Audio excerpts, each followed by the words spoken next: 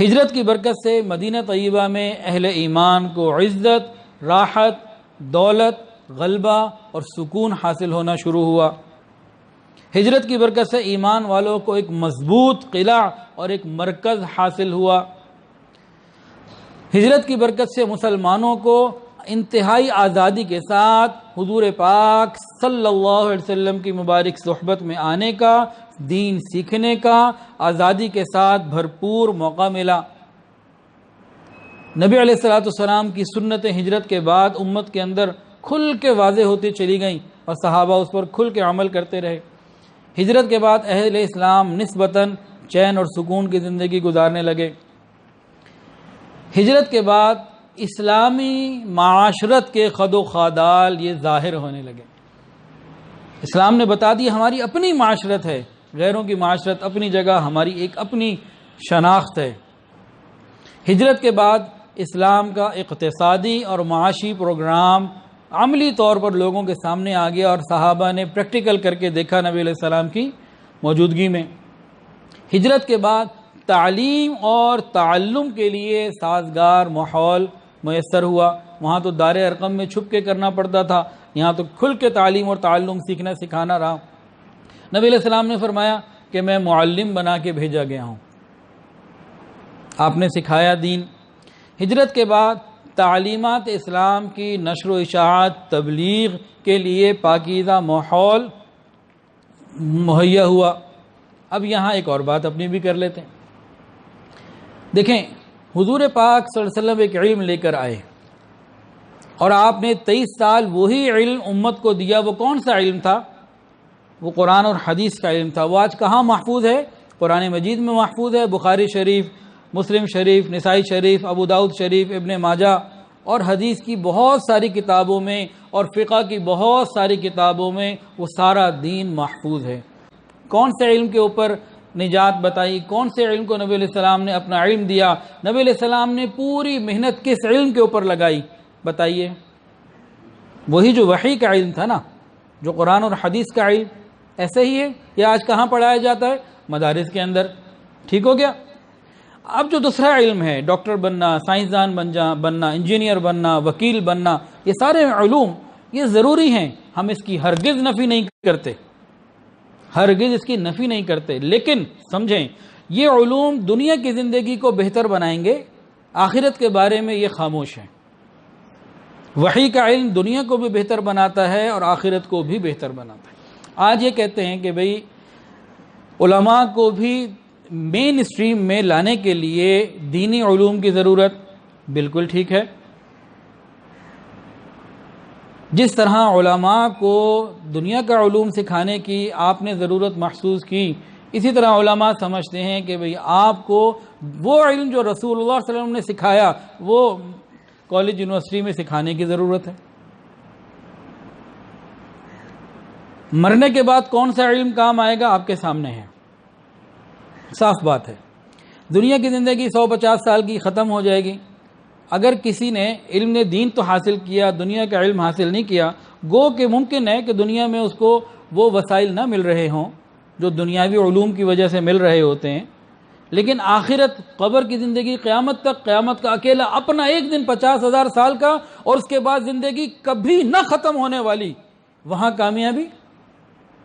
لیکن اگر کوئی ایسا بندہ ہو، اس نے دنیا کے تو سارے علوم حاصل کیے ہوں اور اسے نماز بھی نہ آتی ہو، قرآن بھی نہ آتا ہو، دین کا اسے پتہ ہی کوئی نہ ہو، ٹھیک ہے دنیا میں وہ کامیابی حاصل کر کے بڑے عہدوں پر رہ سکتا ہے، لیکن قبر میں اس کا کیا بنے گا؟ قیامت کے دن کیا بنے گا؟ آخرت میں ہمیشہ ہمیشہ کیا بنے گا؟ تو بھئی جس طرح آپ کو درد ہے کہ ہماری دنیا کی 150 سال کی زندگی اچھی گزرے، ہمارے دلوں میں درد ہے کہ آپ کی یہ زندگی بھی اچھی گزرے اور وہ زندگی بھی اچھی گزرے۔ تو ہم تو چاہتے ہیں کہ دونوں علوم ایک جیسے ہو جائیں، مطلب دونوں لوگ دو طرح کے علوم۔ پھر اور غور کریں، اس وقت پاکستان میں دین کا علم حاصل کرنے والے 2% لوگ ہیں۔ اگر ان 2% لوگوں نے دنیا حاصل نہ کی، دنیا کا علم حاصل نہ کیا، تو پاکستان کا 2% کا نقصان ہوا آبادی کے حساب سے۔ صبح دیکھیں نا اسکول کالج میں کتنی وینز جاتی ہیں اور مدرسوں میں کتنی جاتی ہیں، نکالیں پرسنٹیج۔ اور اگر ان لوگوں نے جو 98% ہیں قرآن حدیث کا علم حاصل نہ کیا، نہ عمل میں لائے، ان کی ہمیشہ کی زندگی خراب ہوتی ہے۔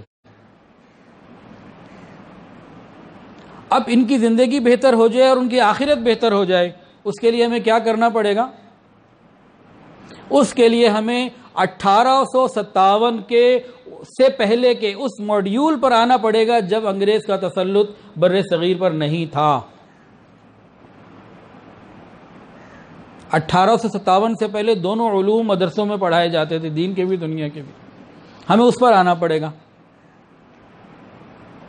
انگریز جب آیا، لارڈ میکالے، مضمون اب کہیں اور نکل گیا لیکن چلیں بات ہو جائے، کوئی بات نہیں، دیکھی جائے گی۔ اس نے فروری 1835 کے 1829، بہرحال وہ سن مجھے یاد نہیں، فروری کا مہینہ 1835 ہے یا کیا ہے، لارڈ میکالے انڈیا آیا، خود برٹش پارلیمنٹ میں اس نے ایک آن دی ریکارڈ جو بات کہی، اس کا مفہوم یہ تھا کہ میں بر صغیر کے طول اور عرض میں پھرا ہوں، یہاں روحانی ویلیوز بہت زیادہ ہیں، اخلاقی اقدار بڑی اچھی ہیں، کوئی چور نہیں، کوئی گڑبڑ یہاں نہیں ہے۔ تم چاہتے ہو، وہ کہتا ہے تم یہاں حکومت نہیں کر سکتے، ہاں اگر تم چاہتے ہو حکومت کرنا تو تجویز میں دیتا ہوں، ان کے دلوں سے ان کے پرانے تعلیمی نظام کو کھرچ ڈالو، اپنی تعلیم، اپنی معاشرت ان پر ثابت کر دو یہی اچھی ہے، جو ان کی اصل ہے، جو ان کے نبی نے دی، ان کو دور کر دو اس سے، تم زندگی پر ان پہ حکومت کرو گے۔ پھر ایک اور جگہ اس نے اپنے تعلیمی مشن میں ایک بات کہی، انہوں نے کہا ہمیں محنت کرنی ہوگی، ایسے لوگ تیار کرنے ہوں گے جو رنگ، نسل اور خون کے حساب سے ہندوستانی ہوں، لیکن سوچ، کلچر اور تعلیم کے حساب سے وہ ہمارے مزاج کے ہوں۔ تو دو نظام ہو گئے، ایک سے صرف دنیا بہتر ہوگی، ایک سے دنیا بھی بہتر ہوگی، آخرت بھی بہتر ہوگی۔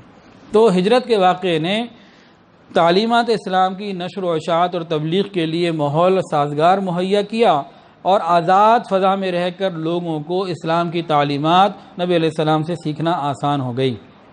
ہجرت کی برکت سے ایک اسلامی حکومت قائم ہوئی جس کے سربراہ، یہ ہے اصل مدینہ کی ریاست، جس کے سربراہ نبی علیہ السلام تھے، اور یہ پھیلتے پھیلتے بحر الکاہل سے لے کے بحر اقیانوس تک پھیلتی چلی گئی۔ تو خلاصہ کیا نکلا کہ ہجرت کے اندر ایک پوشیدہ سبق بھی ہے، پوشیدہ حکمت بھی ہے، وہ یہ ہے کہ ہم لوگ غیروں کی معاشرت سے ہجرت کریں، گناہوں سے ہجرت کریں،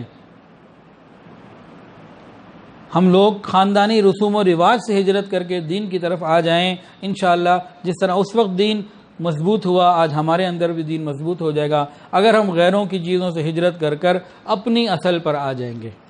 اللہ کرے یہ باتیں کسی کو سمجھ میں آ جائیں۔